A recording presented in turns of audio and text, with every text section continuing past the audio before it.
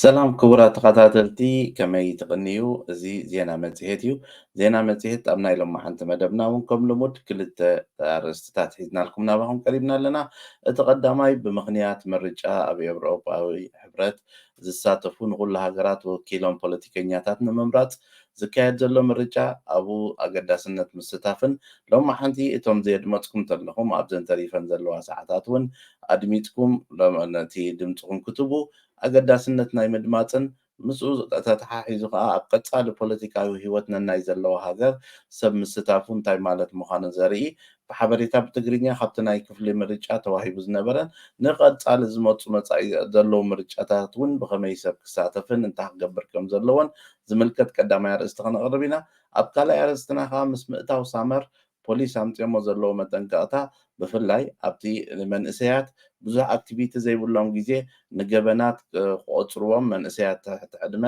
ኣብ ገበን ከእትውዎምን ከይፈለጡ ኣብ ዓበይቲ ሃገራዊ ገበናትን ናይ ፀጥታ ገበናትን የሳትፍዎም ስለ ዘለዉ ነዚ ዝምልከት ፖሊስ ዝሃብዎ መግለፂ ከም ካልኣይ ናባኹም ከነቕርቦ ኢና።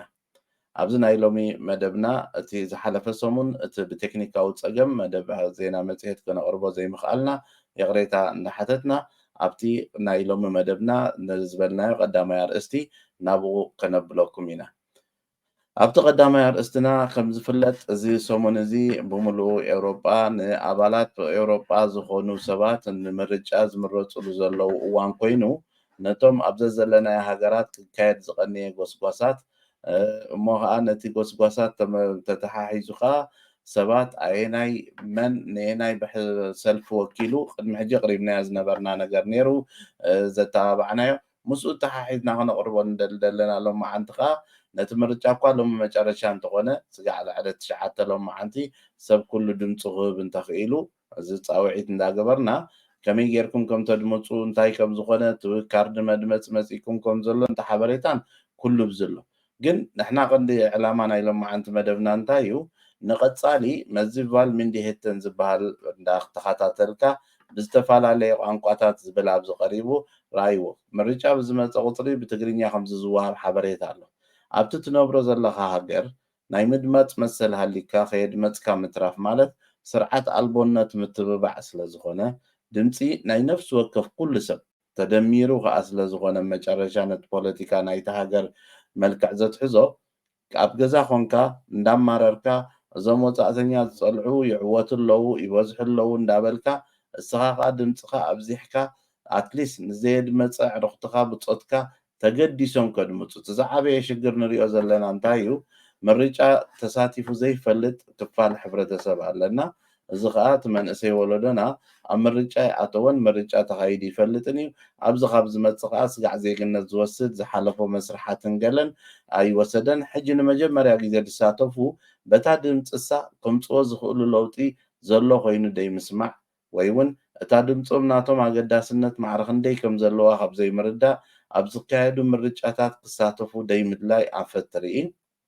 እሱ ጥራሕ ዘይኮነ ዘይተገዳስነትን ኣብቲ ትነብሮ ሃገር ከዓ ነባራ የሃገረይ ኢልካ ኣሚንካ ክንዲ ዝኽየድ ከም መፅንሒ ቦታ ጥራሕ ጌርካ እንዳሓሰብካ ኩሉ እቲ ጥሮታ ወፂኡ ፈቆዶ ስደት ዝቕበር ዘለውን ከምኡ ሓደ መዓልቲ ክምለስ ኢና ካብ ዝብል ሓሳብ እንዳሓሰበ ዝኸዶ ዝነበረ ኮይኑ ኣብ መጨረሻ ግን ተሓቂ ኣብዚ ብትፀንሓሉ ግዜ ብዘይትደልዮም ስዒሮም ተባሂሎም መፅኦም ሕግታት ንጎ ንጎ እንዳቀየሩ እቲ ኣትሊስት ዓሌታውነት ከማን ወግዓዊ ናብ ዝኾነሉ ደረጃ እንዳቐረበ ዝኸደሉ ኩነታት ንዕዘብ ኣለና። ኣብ ከምዚ ዓይነት ኩነታት እቲ ክግበር ዝግባእ እንታይ እዩ መን ኣየናይ ፖለቲካዊ ሰልፊ እንታይ ዓይነት ዕላማ ሒዙ ይኸይድ ኣሎ ኣየናይ ከየርብሓካ ኣየናይ ኣየርብሓካን ምፍላጥ ከድሊ እዩ ኣብ ከምዚ ዓይነት ኩነታት ዘይምስታፍ ነዚ ሓበሬታ ዘይምፍላጥ ኣብቲ ዝካየድ ዘሎ ናይቲ ሃገር ፖለቲካ ተራ ኮለካ ድምፂ ክትህብ እንዳኽኣልካ ድምፂ ከይሃብካ ብምትራፍካ ካልኦት ምስ ተዓወቱካ ተመሊስካ እዚኦም ከምዚ ኢሎም ተዓዊቶም እዚኦም ስግኣት እዮም ንዓና እዚኦም ከምዚ ኮይኖምና ክትብል ተኾንካ ብልክዕ ኣበሃህላኻ ኣብ ቦትኡ ከምዘየለ ከምኡ ክኸውን ከምዘይግባእ እንታይ ደኣ ክትሳተፍን ተሳቲፍካ ወኣቲኻ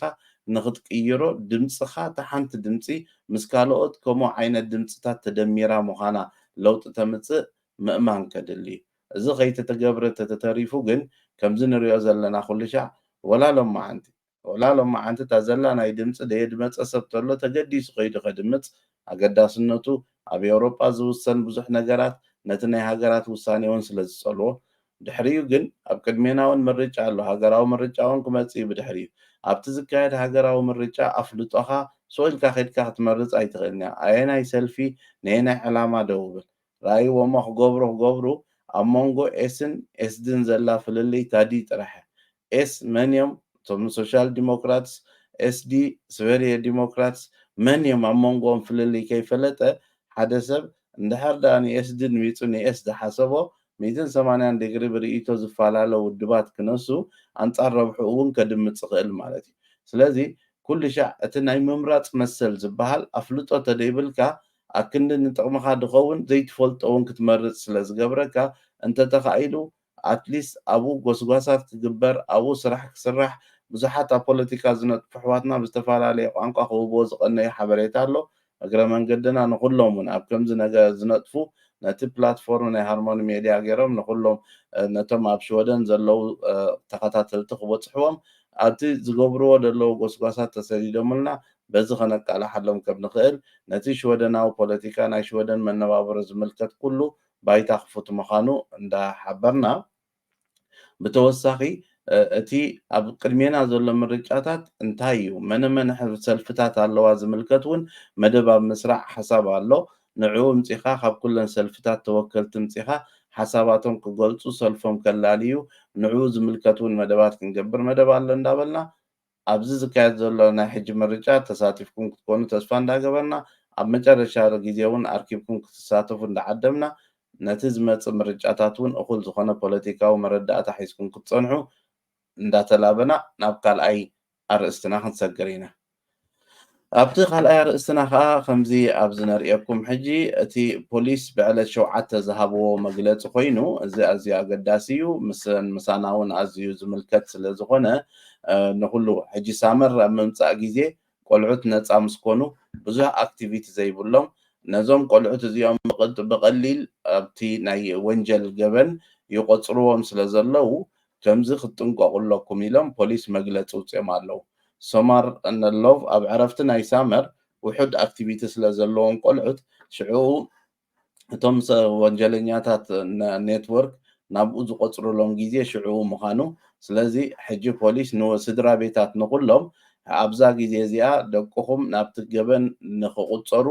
ዓብ ተኽእሎ ስለ ዘሎ ክትገብርዎ ዘለኩም እንታይ እዩ ብምባል ብዝርዝር ኣቕሪቦም ኣለዉ